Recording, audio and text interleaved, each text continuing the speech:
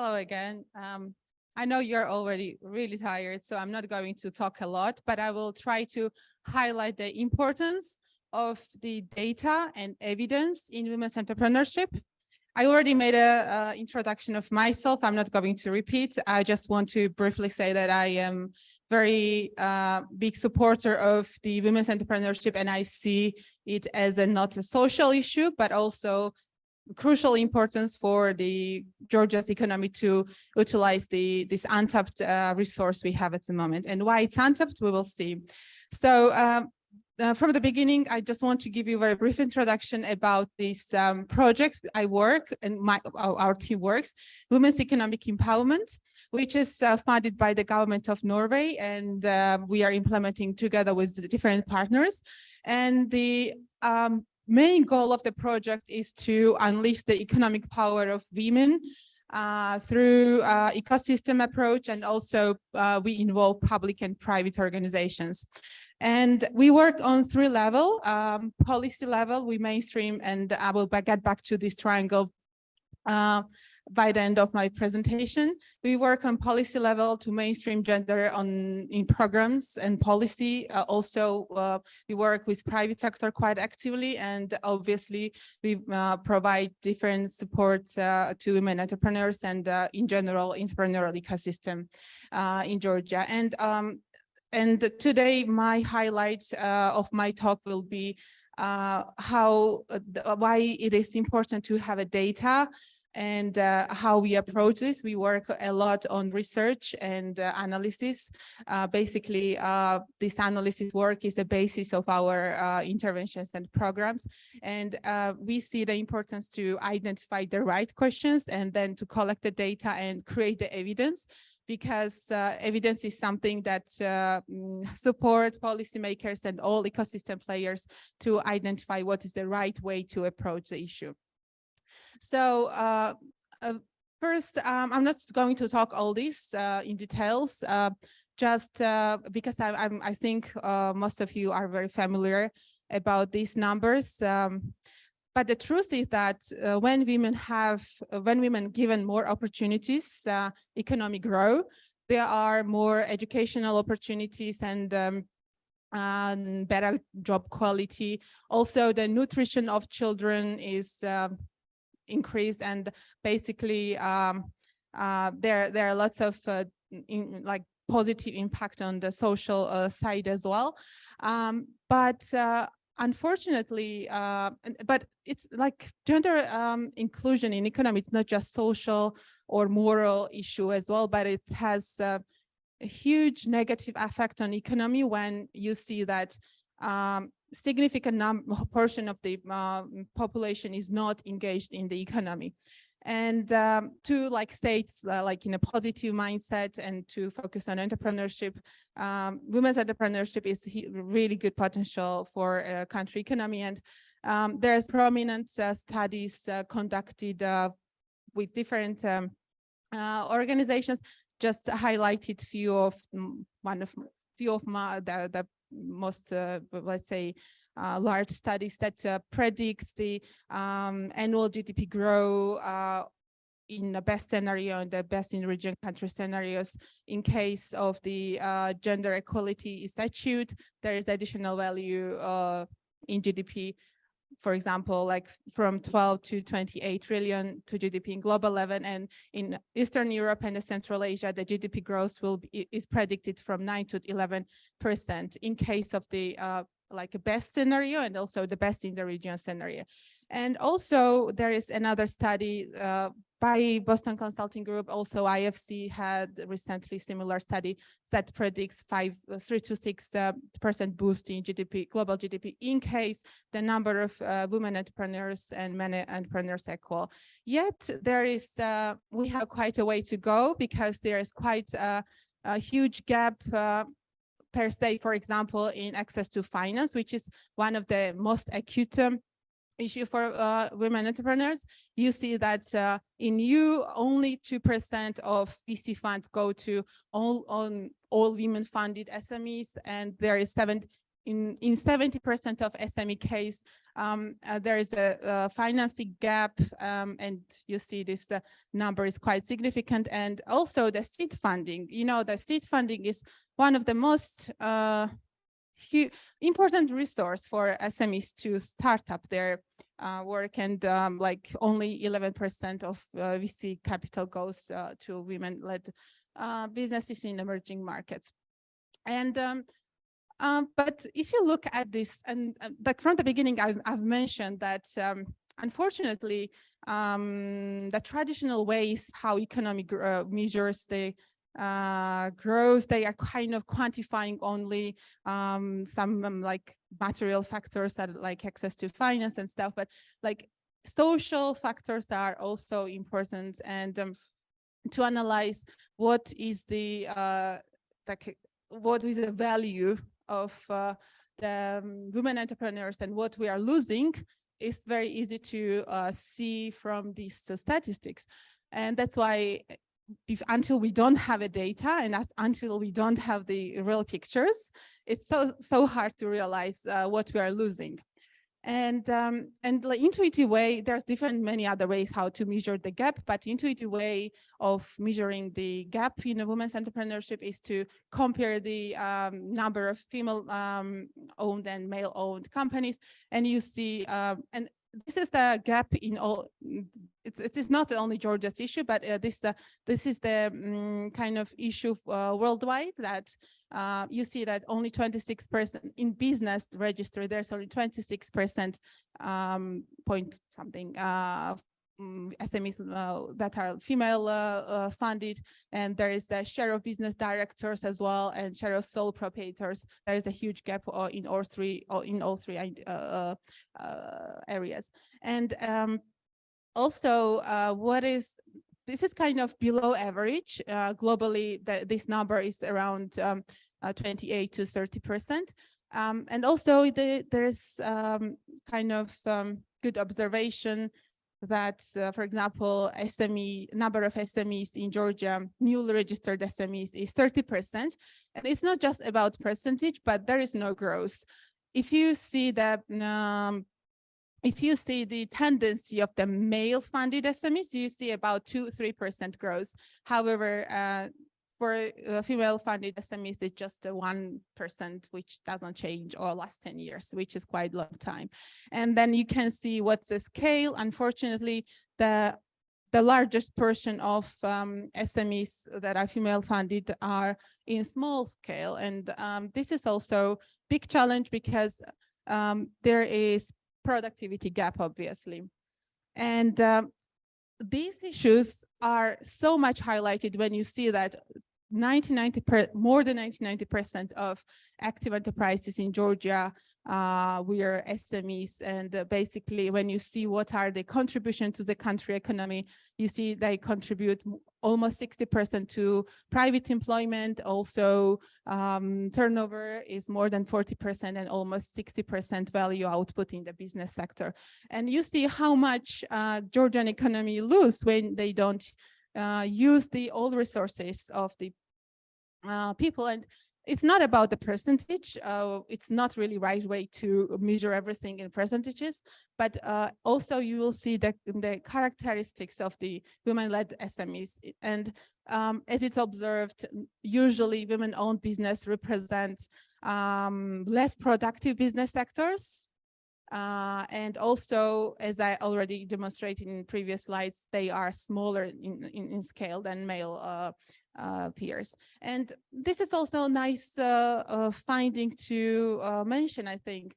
One of the issues why female entrepreneurs are not utilizing their all kind of opportunities is that mostly they are necessity entrepreneurs. So yeah, that's obviously also kind of emphasize that there is a productivity gap, and there are lots of interventions and policy actions required in order to transform these necessity entrepreneurs as an opportunity entrepreneurs. So they will focus on the industries and activities that yields higher profit.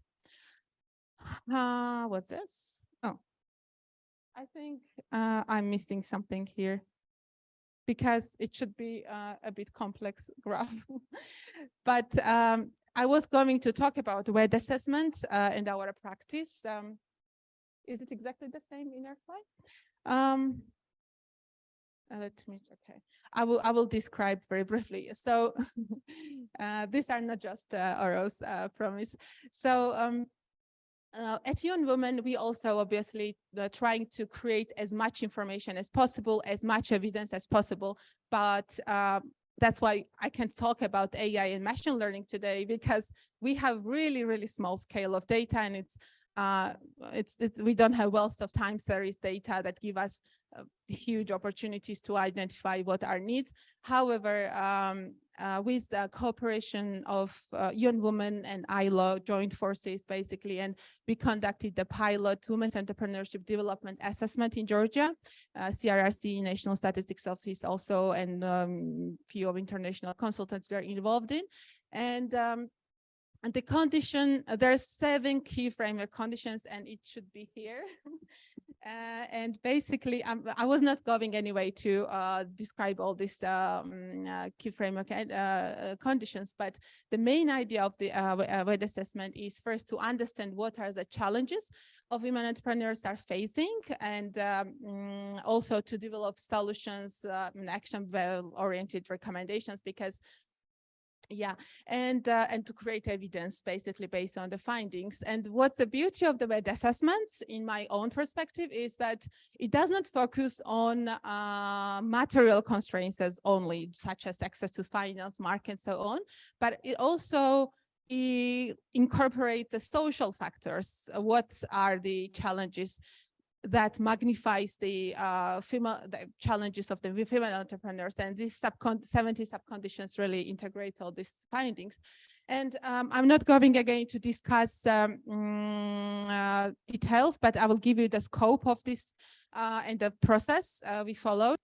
We had obviously deep dive in the secondary research. It is the representative sample, so we can say quite confidently what are these are the findings of the research will be like relevant to the country. Obviously, we had focus groups and key in-depth interviews with key in-depth actors. We had the scoring of indicators of the WED framework conditions, and then right now we are validating findings and recommendations.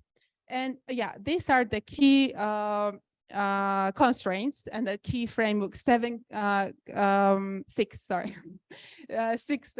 framework conditions.